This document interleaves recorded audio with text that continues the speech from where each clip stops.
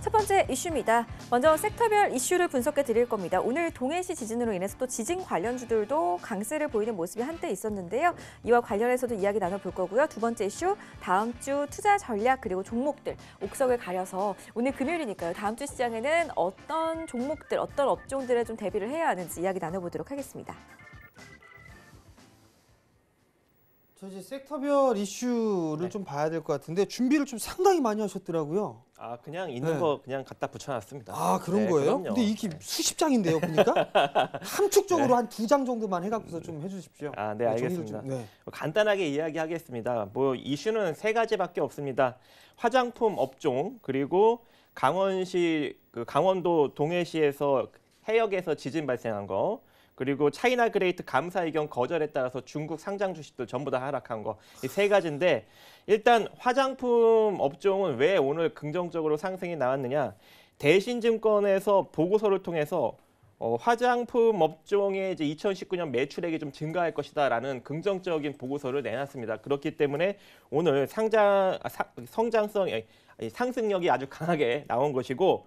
지금 뭐 면세점 매출 그리고 수출 실적 이런 것도 상당히 좀 긍정적으로 보고 있기 때문에 2019년에도 충분히 화장품 섹터가 부각받을 수 있지 않을까라는 기대 심리가 우리 시장에 상당히 많이 들어온 것으로 보여집니다. 종목들은 한 토니모리, 제닉, 슈피겐코리아 이제 이런 것들이 좀 상위권에 포함되어 있는데 제가 지금 여기 종목명들을 저기 나오나요? 한번 보니까 이츠 환불이 제일 좋은 것 같습니다. 이제 한 주부터 찍어드려야 되니까 이츠 환불 아시겠죠? 이츠 환불. 네. 내일 사도 되나요? 월요일 날? 그 이츠 환불 좀 분할로 좀 접근하십시오. 너무 단일가에 한 방에 들어간 것도 별로 안 좋아합니다. 그죠? 아, 네. 네, 이츠 환불. 그리고 리더스 코스메틱도 괜찮은 것 같아요. 한국 화장품하고 한 3종목 정도 괜찮아 보입니다. 자, 그리고 재난 안전 섹터 한번 보도록 하겠습니다. 기상청에서 11시 16분에 동해시 북동쪽 54km 해역에서 규모 4.3의 지진이 갑자기 발생이 되었습니다. 최근에 대만 쪽에서도 지진이 발생했죠. 그게 좀 연관된 지진인 것 같은데, 자, 이 지진이 16분에 발생이 됐는데 웃긴 것은 종목들이 18분에 움직였습니다. 대단하지 않습니까? 저는 세력들 대단한 것 같아요. 2분 차이로, 그러니까 정확하게 한 1분, 한 30초 차이로 움직였습니다. 진짜 대단합니다. 근데 순식간에 막 10% 이상 쳐올렸다가 그대로 또 3%대까지 또 하락하는 그런 또 현상이 발생이 되었거든요. 지금 뭐 유해인제이나 삼영, 엔텍 이런 종목들 아주 강하게 쫙 올렸다가 지금 쭉 내려와서 지금 몇 프로로 마감됐습니까? 4%, 2% 이렇게 3%로 마무리되었습니다. 그렇기 때문에 이런 종목들 추가적으로 우리가 좀 노리기가 조금 어렵지 않을까. 예전에도 지진이 났었는데 그 지진 관련주들이 길게 못 갔어요. 그럼요. 그렇죠. 이게 굉장히 단타로 들어갔는데 네. 단타로 들어갔어요. 네. 그럼 대부분 다 물렸을 거 아니에요, 그죠? 그렇죠, 물렸겠죠. 월요일에 손절해야 될까요, 그러면?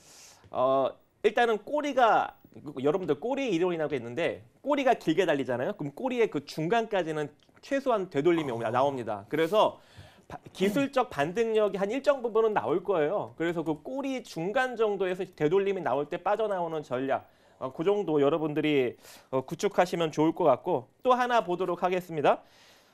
역시 저는 중국 기업들 좋아하지 않습니다. 그죠? 저도 안 좋아해요. 일단은 믿을 수가 없어요. 이 재무제표를. 네. 예, 그래서 이번에도 봐봐요. 차이나 그레이트 감사 의견 거절.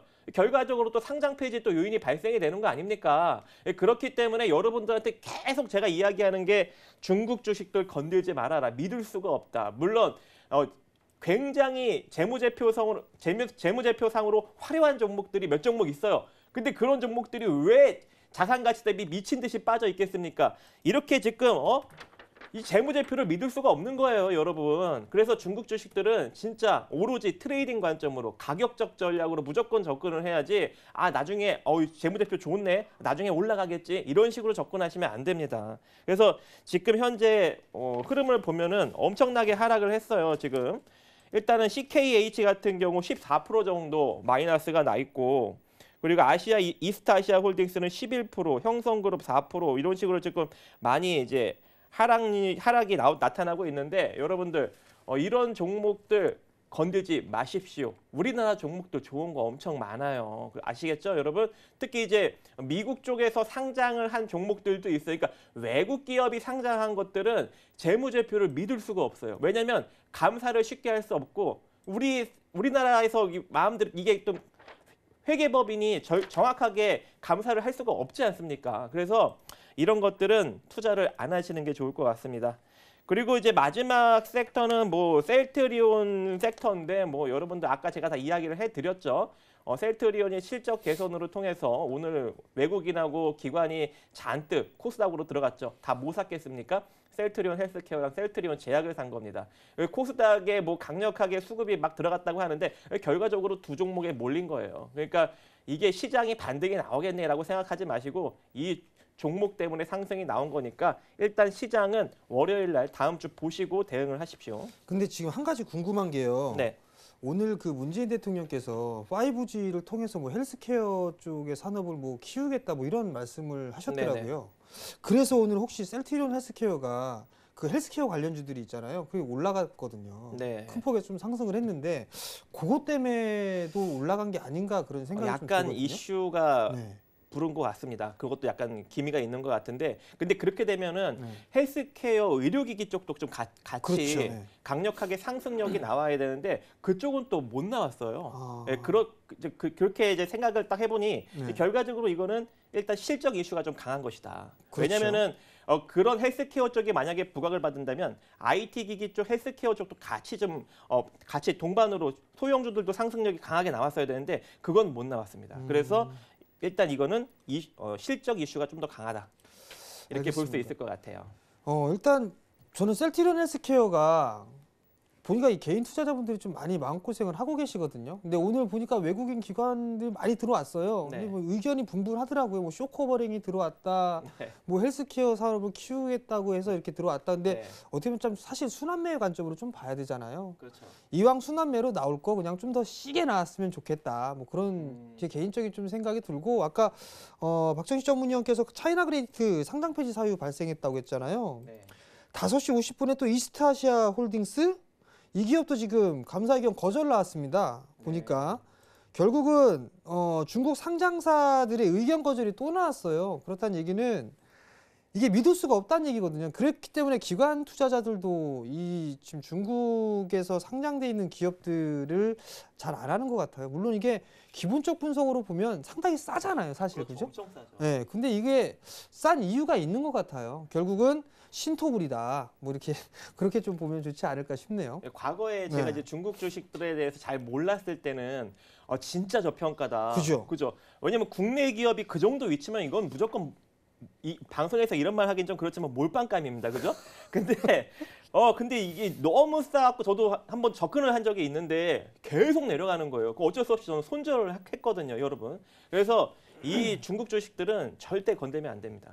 자, 일단 오늘 이렇게 첫 번째 이슈를 좀 살펴보면서 오늘 있었던 종목군들이나 섹터별로 흐름들을 좀 살펴봤는데요. 아마 지금 시청하고 계신 분들 상당히 뭐 이 관련된 종목군들 좀 가지고 계시거나 다음 주에 대한 전략이나 이 부분들이 좀 고민이 많으실 거예요. 어떻게 대응을 해야 될지. 그럼 바로 저희가 이제 종목 상담이 조금 잠시 뒤에 이어질 것 같거든요. 여러분들이 많이 참여를 해주시면 됩니다. 순식간에 이렇게 얘기하니까 이제 당황스러워서 밖에 어떻게 될지 모르겠지만 샵 4989로 문자를 좀 보내주시면 될 것 같습니다. 종목명, 매수가, 비중 이렇게 전화를 주셔도 되고요. 전화번호는요 02-3153-2611, 2612 두 대의 전화가 있습니다. 전화를 주시면 대안주를 이 종목 교체를 해야 되겠다 싶으면 교체를 할 만한 그런 종목군들을 같이 말씀을 드리니까 그 부분들을 좀 살펴보셔도 좋을 것 같고요. 그 다음에 나는 실시간으로 참여를 하고 싶다 하시는 분들은 이 화면을 보시면 제가 말씀을 좀 드리도록 하겠습니다. 자, 베스트 트레이딩맨 이렇게 해서 페이지가 좀 나와 있는데요. 요 다음이 중요해요. 자, 여기 보면 이 핸드폰 온라인 채팅 참여 방법이거든요. 제가 만들었어요. 핸드폰 보게 되면 이 돋보기가 있어요. 돋보기. 이 돋보기 클릭을 하신 다음에 이름을 입력하시면 돼요. 어떻게 입력을 하시면 되냐면 샘플러스 박정식 이렇게 하고 엔터를 탁 치면 요 밑에 가치 투자 박정식 이렇게 나와요. 그럼 그걸 딱 클릭하게 되면 오픈 채팅방에 딱 입장이 가능하거든요. 이쪽으로 딱 들어오시게 되면 다음 주에 시장에 대한 전략이라든가 종목에 대한 부분들 다 설명해 주세요. 그러니까 이쪽으로 들어오셔도 되고 저도 있어요. 샘플러스 정재훈 이렇게 하고 딱 하게 있으면 곰발바닥 이렇게 보이죠? 이쪽으로 들어오시면 됩니다. 그러면 실시간으로 참여가 가능하고 내일장 전략이라든가 이런 부분들 다 하니까 이런 온라인 참여 방법도 있다라는 거 꼭 기억을 해주시고 많이들 참여해 주시기 바랍니다. 자, 그럼 이제 두 번째 이슈를 좀 살펴봐야 될 것 같아요. 두 번째 이슈는 다음 주에 이제 봐야 될 섹터라든가 이런 전망 이런 부분들을 좀 봐야 될 것 같은데요. 네. 다음 주에는 어떤 식의 전략 혹은 대응이 필요할지 좀 말씀 좀 해주시죠. 다음 주 섹터요. 네. 저는 오늘 상승력이 나오는 거 보니까 네. 조금 핀테크 쪽하고 사물 인터넷 쪽하고 그리고 자동차 섹터 이런 쪽이 좀 긍정적인 흐름이 나타나는 것 같더라고요. 그래서 오늘 조금 접근을 살짝 해봤는데 벌써 긍정적으로 수익이 나기 시작했습니다. 그래서 이 섹터가 다음 주에도 충분히 시세가 나오지 않을까라고 생각을 하고 있는 와중입니다. 제가 이게 왜 여쭤봤었냐면요. 처음에 저기 아땡 방송에서 같이 있었잖아요. 그때 맞습니다. 이제 섹터왕 네. 얘기를 한 적이 네. 있었어요. 네. 아땡 방송에서. 맞아요. 네.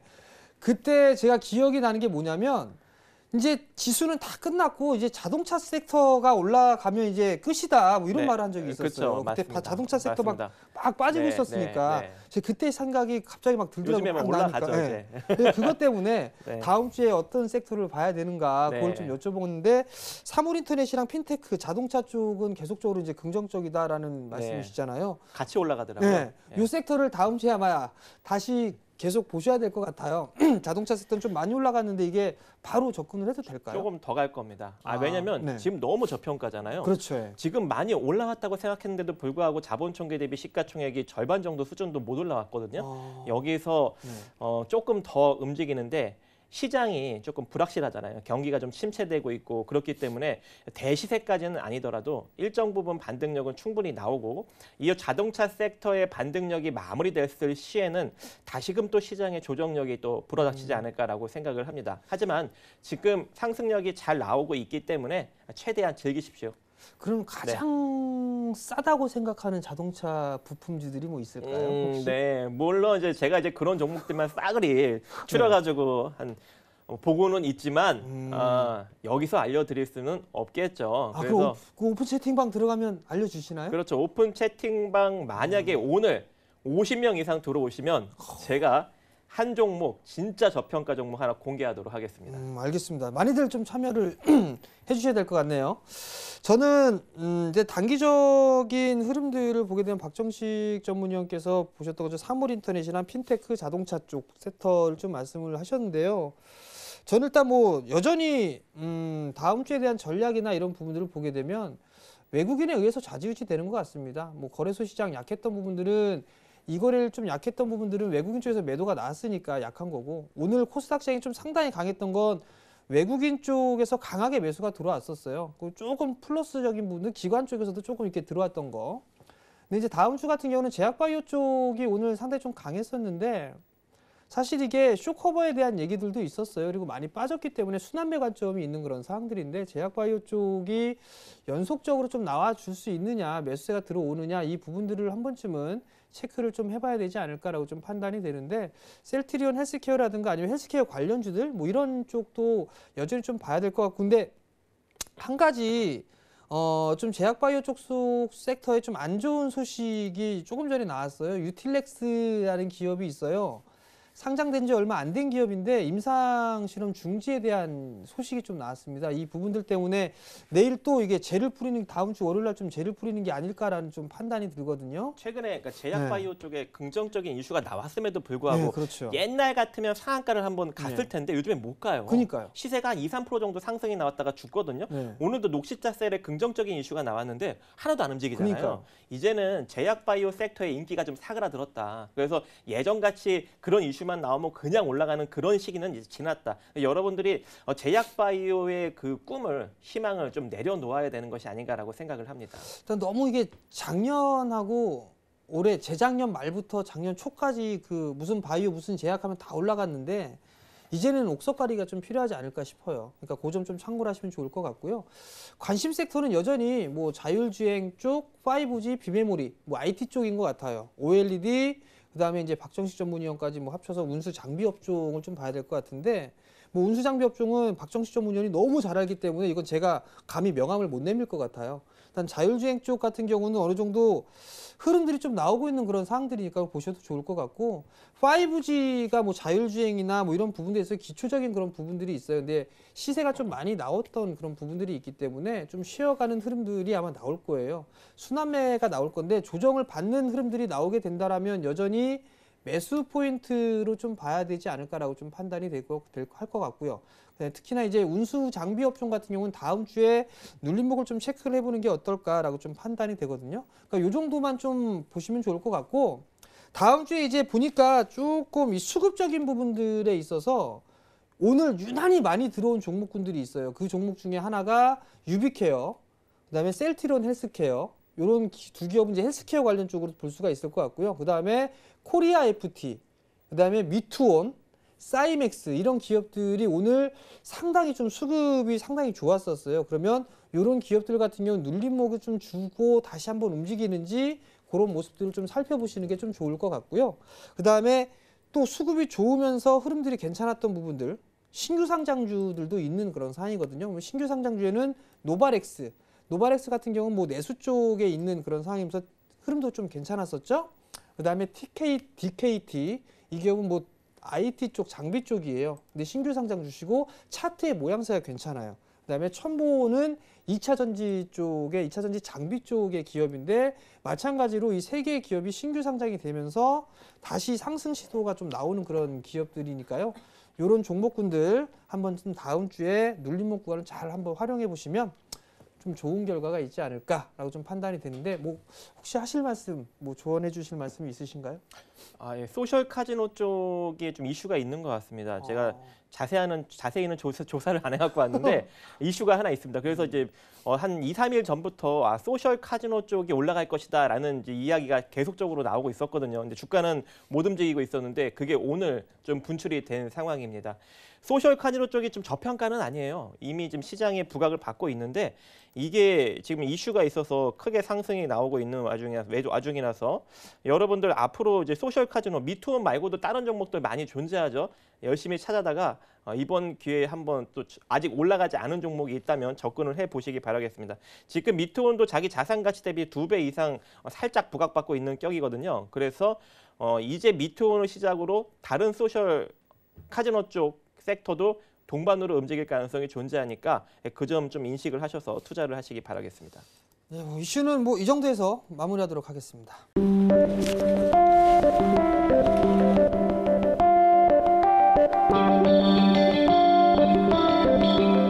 글로벌 경제 채널 서울경제TV